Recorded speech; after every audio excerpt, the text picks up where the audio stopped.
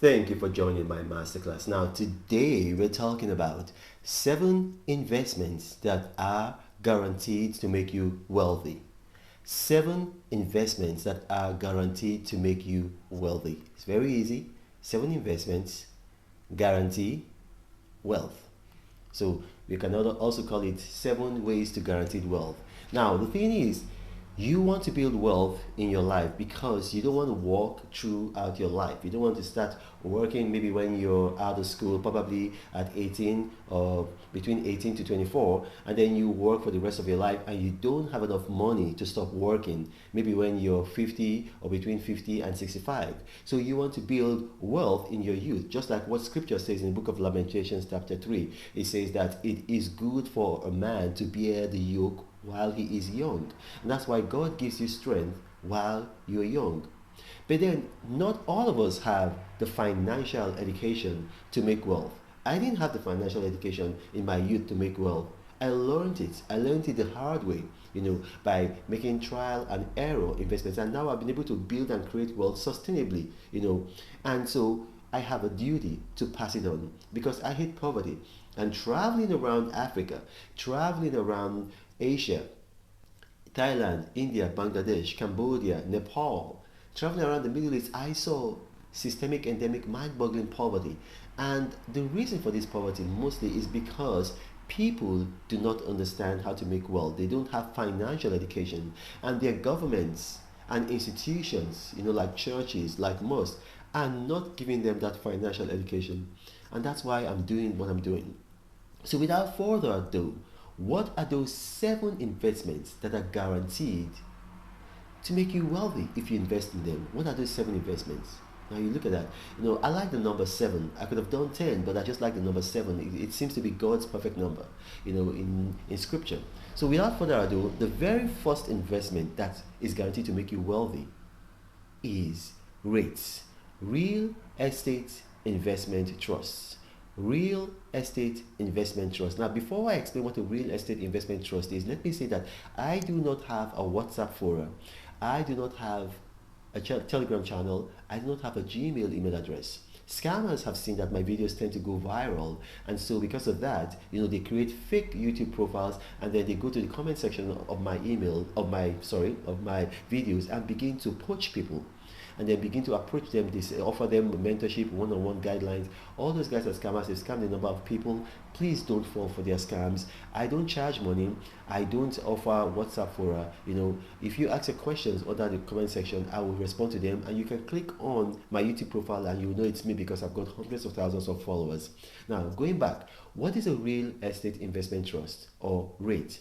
A real estate investment trust is a company that was created by law as a trust where the owners or the promoters own real estate, income producing real estate, which are mostly commercial real estate.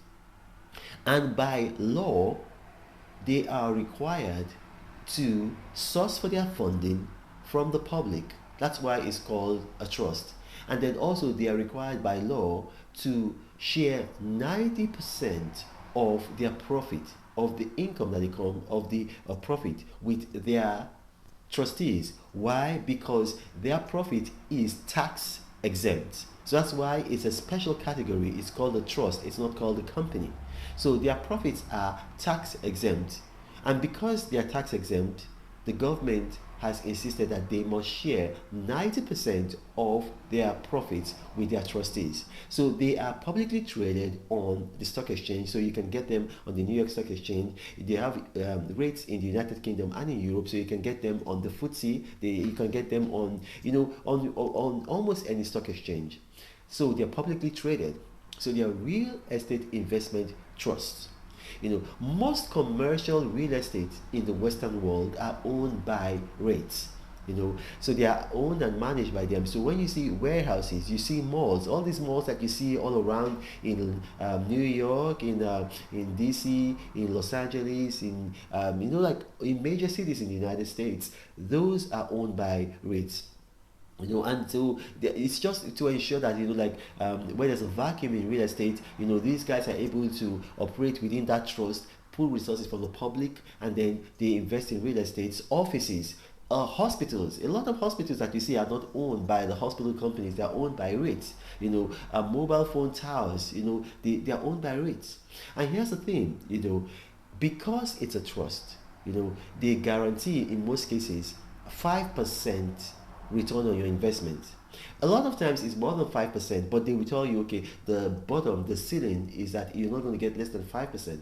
So it is probably now the number one way that people are investing their pension funds, and they're protecting themselves. So, like I said, it's publicly traded. So there is, in the United States at least, there's no citizenship requirement for you to buy into a REIT because it's publicly traded. And in America, there's no citizenship requirement to invest in the stock exchange.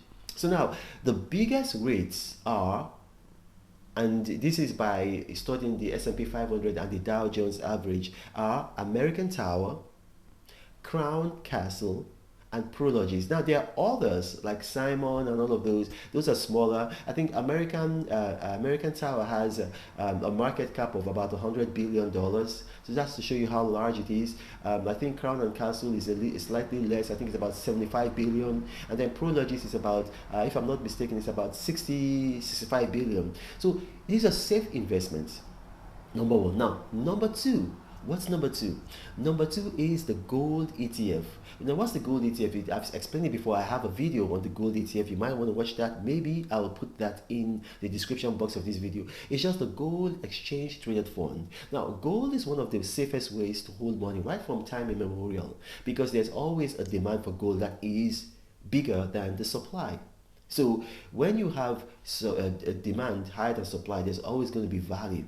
So what a lot of people do is they buy gold ETFs. Now, gold ETF is just like instead of buying gold and putting it in your house, it's risky, especially if you live in a third world country where there's a lot of poverty. People know that you have gold in your house, they can come and rob your house. Or a lot of things can happen. The house can get burned, or so there's a lot of risk. So when you purchase a gold ETF, these are a bunch of people, they have vaults. So they put the gold in the vault. And so when you buy a gold ETF, it's like buying a share. You get a certificate. So you can buy gold ETF from your stockbroker. You get a certificate. So you're holding that gold. So at any point in time that you want to sell that gold, all you do is you sell the certificate, and then you get the value of gold at that time. Now, here's the thing. Currencies get devalued, but gold has relatively held its value ever since the time of Abraham till now. So it's it's the most reliable investment on earth in terms of stability. So you can buy gold, through the gold ETF. You don't have any gold at home. It's very, very reliable. Now, the next thing is an S&P 500 index fund. I've talked about this before. I've done videos about it. This is an index by Standard & Poor's tracking the 500 largest corporations in America by market cap. Now, if one corporation falls, they put another corporation. So at any point in time, there's always an index of the 500 largest corporations in America. And so an index fund, an S&P index fund is like you're buying shares of only those companies in that index. Now, you can actually buy the fund through a brokerage firm. So you can buy it through Invesco, QQQ, Vanguard and Russell, Vanguard S&P, Fidelity, or you can buy it by yourself through 4 apps I told you about on my channel. You can watch that video, or maybe I'll put it in the description box. So that's an S&P 500. Now, the fourth way is through cryptocurrency. Cryptocurrency, we have history behind cryptocurrency, but here's the thing with cryptocurrency. If you're investing in cryptocurrency, I will tell you, now, buy either Bitcoin or Ethereum. Those are the stable currencies. All other currencies, we don't have enough history behind them to say they are good or they're bad. But we have enough history behind Bitcoin and Ethereum. And we can only judge what is going to happen in the future based on what has happened in the past. So Bitcoin and Ethereum, that's the fourth way. Now, the fifth way is Airbnb. Clean up your house. It doesn't matter where you live. Clean up your house and go into Airbnb. Maybe it's your whole house, or maybe a bedroom in your house, or maybe your garage, you convert it to like a room. It doesn't matter where you stay. I did a video on Airbnb, and people living in Kibera, a slum in Kenya, They started doing Airbnb, and Europeans, people from out of the country, are staying in their homes. This is a slum. So it doesn't matter where you live. Airbnb, that's the fifth way. Now, what is the sixth way? The sixth way to make money is this: is that you invest in mutual funds. Now, mutual funds are like the S&P 500 index funds, only that mutual funds are invested in securities.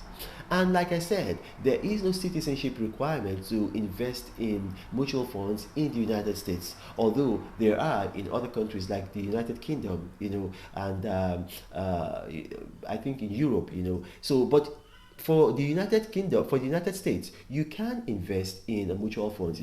I was going to have one to show you guys, but I was warned by the brokerage firm that, look, this is it's a security, so you can't be showing it on YouTube. So I won't be doing that. Now, the last way you can make money, and this is the by far the least capital intensive investment, is with a monetized YouTube page. Now, I've done a video on how you can do it before, and a step-by-step guide on how you can make money on YouTube. I encourage you to watch that video.